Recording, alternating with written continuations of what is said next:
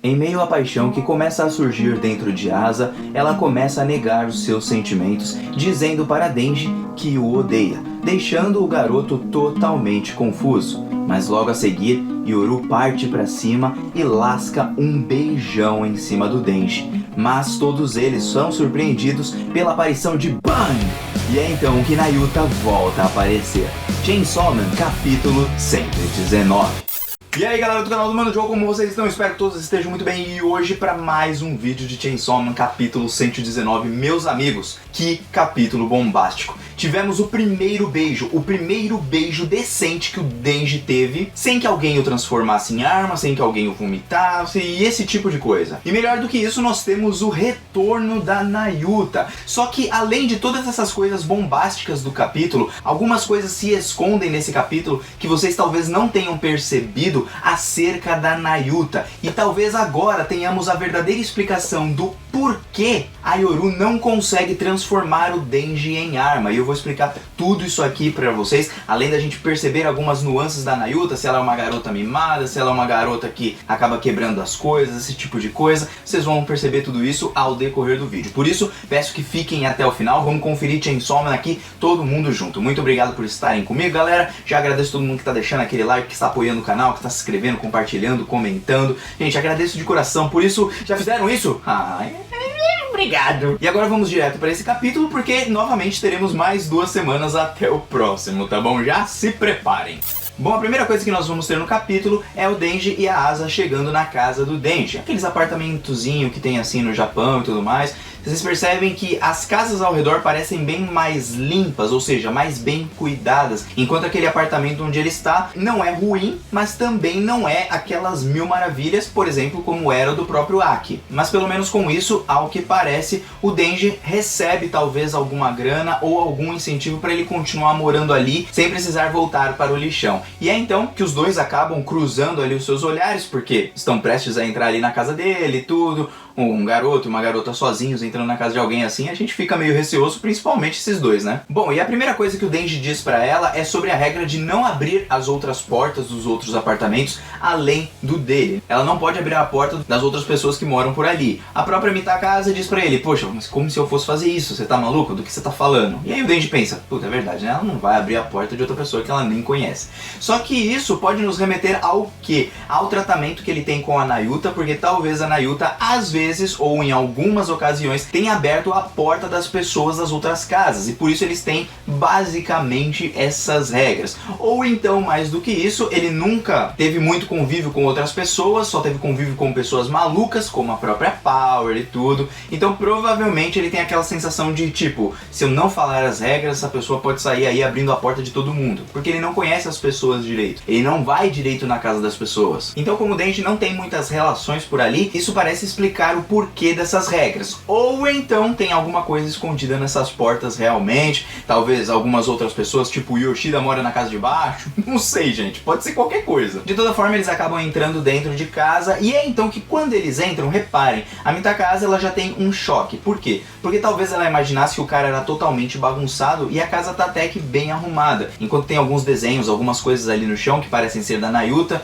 talvez desenhando algum tipo de coisa, não dá pra ver exatamente o que é, mas fica parecendo pra gente que ali vivem realmente um irmão e uma irmãzinha mais nova, né? Ela percebe que tudo aquilo que ele falou era verdade, não à toa ela pega e arregala os olhos, porque ele poderia estar mentindo acerca disso. Outro detalhe é que pouca gente notou, mas vocês perceberam as 2 plantas que tem em cima do cômodo do lado da TV? Eu vou explicar um pouquinho mais sobre elas mais pro final do capítulo, tá bom? Mas aí então, eles entram, começam finalmente a assistir o filme, mas algo tipo, como se eles estivessem assistindo e nem se conhecessem, porque eles acabam não trocando olhares, né? A Mitakaza, ela tá olhando pro Denji, mas ao mesmo tempo ela tá olhando pra casa inteira, ela tá querendo conhecer aquele ambiente onde ela está, e aí a gente percebe que tem ali uma plaquetinha com a contagem de peidos de março, da contagem do Denji e da Nayuta. Meu Deus, os caras ficam contando peido, velho. Agora, por que eles fazem isso, eu não faço a menor ideia. E é aí então que o Denji, enquanto tá assistindo ali o filme, ele chega pra Asa e fala assim, ó, não pode também abrir a geladeira. E aí a Asa fala, poxa, normalmente as pessoas pessoas não abrem a geladeira. E aí o Denji fala, puta,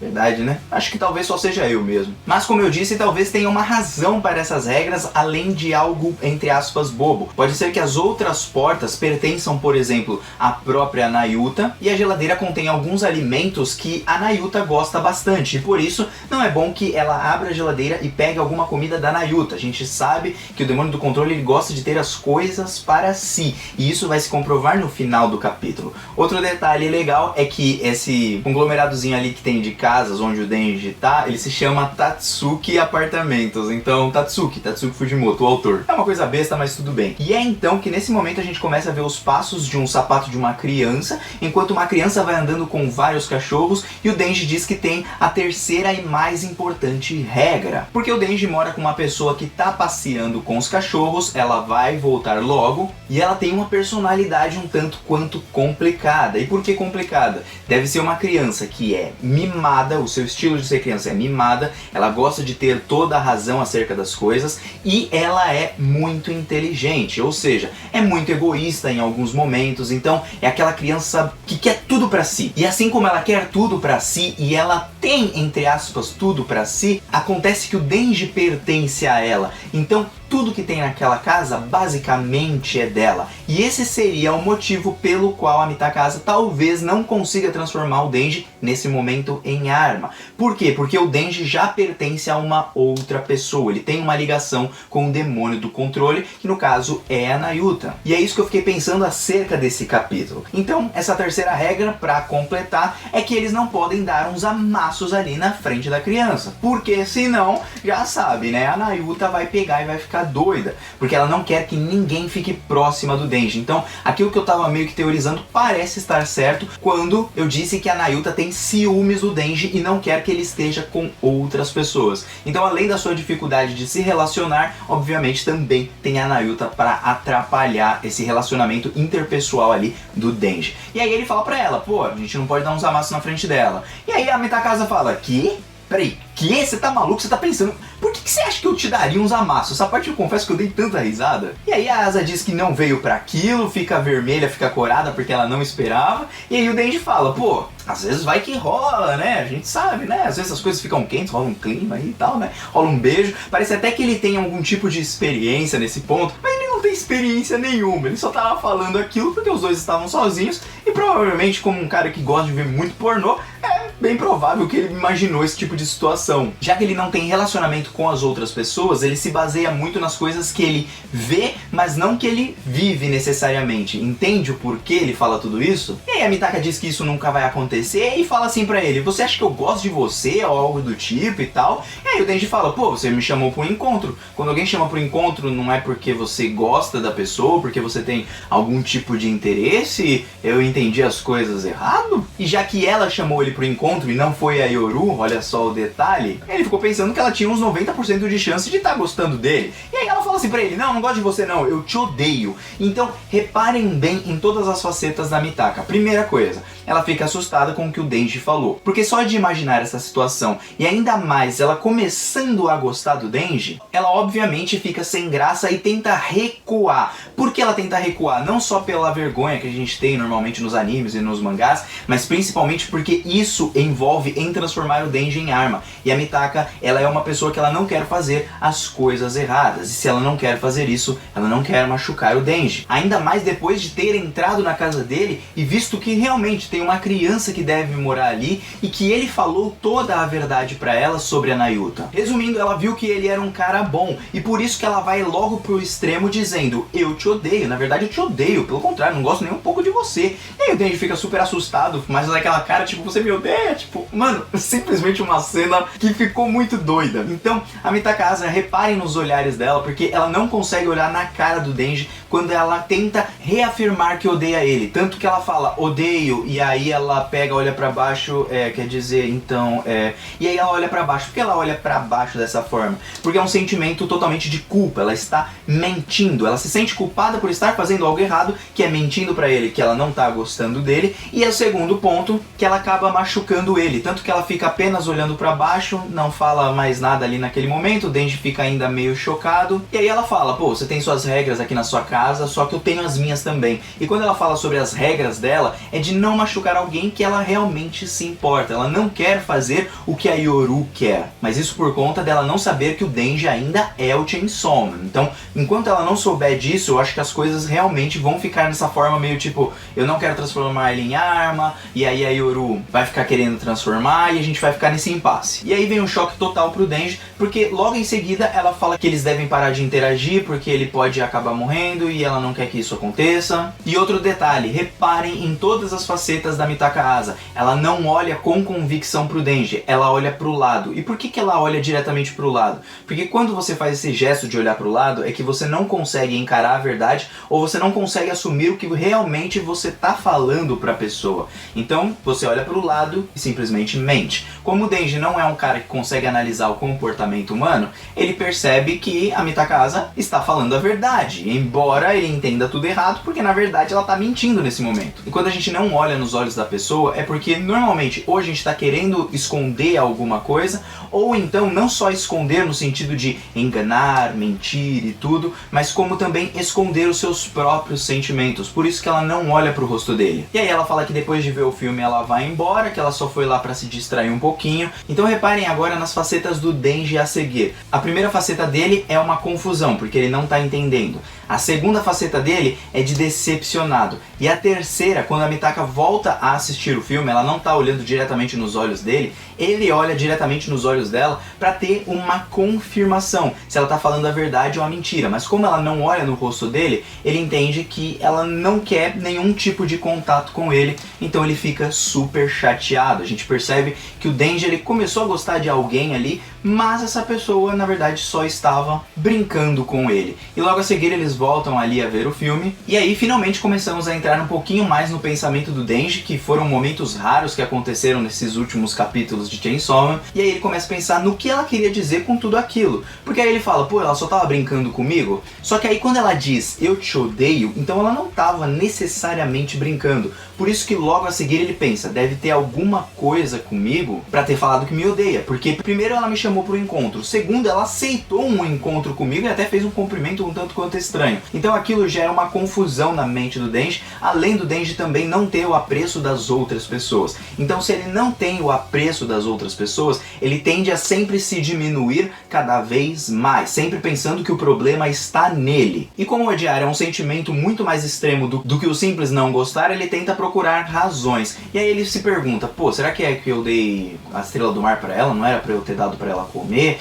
E aí depois ele pensa a seguir, poxa, já me falaram uma vez que eu tenho cheiro de cachorro molhado. Então, será que cachorro molhado fede? E na verdade essa pessoa que tava falando pra mim, ela não tava me elogiando, mas na verdade tava me chamando de fedido? Porque sim, o cheiro de cachorro molhado ninguém merece. O cheiro de cachorro molhado é bem fedido mesmo. Só que pro Denji que tá acostumado a dormir com os cachorros, o cheiro já passou a ser algo natural. Vocês percebem às vezes as pessoas que não sentem o cheiro de CC, né, no sovaco e tudo, principalmente porque elas acostumaram com o próprio cheiro. E a gente acostuma com o próprio cheiro e depois que acostuma, mano, qualquer coisa assim a gente nem percebe. As pessoas ao redor percebem, a gente não. E aí ele começa a pensar que ela não gosta dele porque ele é fedido, então não tem jeito, né? Ele tava começando a gostar dela, como eu disse em capítulos atrás. Ele podia estar começando a gostar, mas ainda não estava gostando. Mas ele está começando a gostar, só que agora que ele não tem chance alguma, ele já fica mó desanimadão. Só que ele resolve perguntar assim se os cachorros são fedidos, né? A gente não sabe se o cachorro dele é fedido, mas talvez ele não tome um banho tão legal também, né? E aí ele pergunta pra Asa se os cachorros fedem e simplesmente a Yoru entrou no corpo dela nesse momento, né? Assumiu o corpo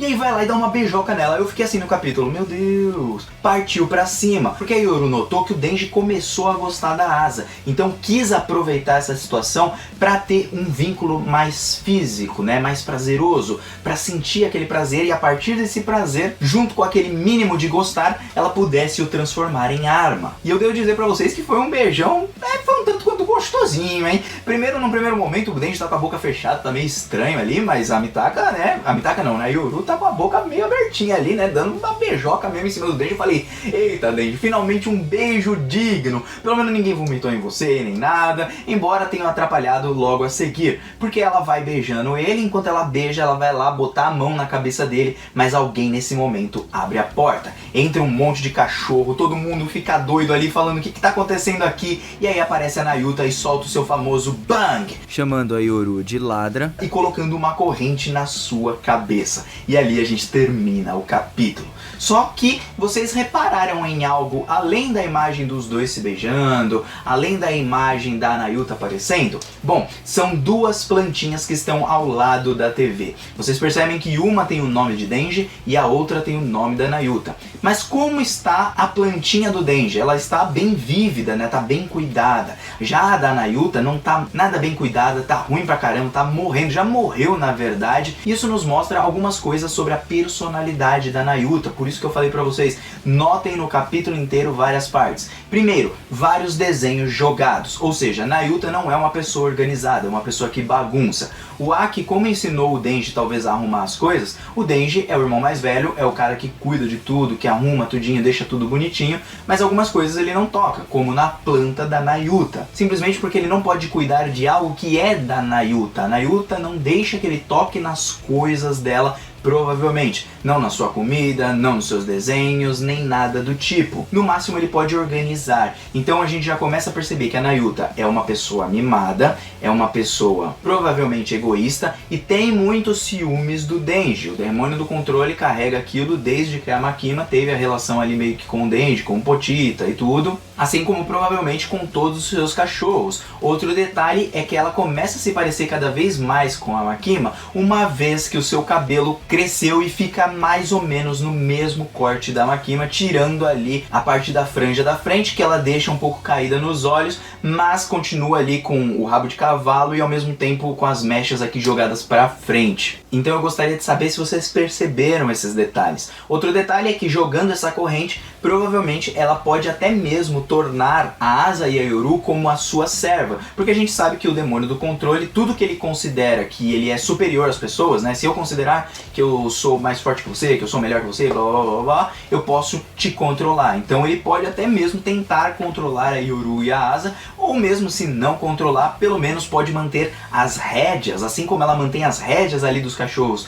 para que eles não fujam, pode manter também as rédeas da Mitaka Asa para que não faça nada com o seu Denji. É o Denji dela. E talvez a Nayuta seja a ligação por onde a Mitaka Asa conseguirá transformar o Denji em arma, mas sem que ele morra como Chainsaw Man e sem que ele morra como pessoa também. Então, um ponto bem interessante, gostaria de saber a opinião de vocês acerca disso. Outro detalhe super importante, agora sobre a Mitaka Asa, que eu queria falar pra vocês, é que sim, ela começou a gostar do Denji, o Denji começou a gostar dela, finalmente o Denji teve um beijo digno, vamos dizer assim, né? E a Nayuta de alguma forma pode ter evitado que a Yoru transformasse o Denji finalmente em arma. E com isso, ele tem o seu primeiro beijo de verdade. E com esse primeiro beijo de verdade, um beijo que ninguém corta a língua dele, que ninguém vomita nele, nem nada do tipo, possa fazer com que ele se apaixone cada vez mais pela Asa. E por que isso pode acontecer? Porque foi o beijo mais normal, foram as relações mais normais que ele teve. Ele foi lá, viu o pinguim, ficou super feliz, teve mais um encontro com ela, tá gostando de sair com ela,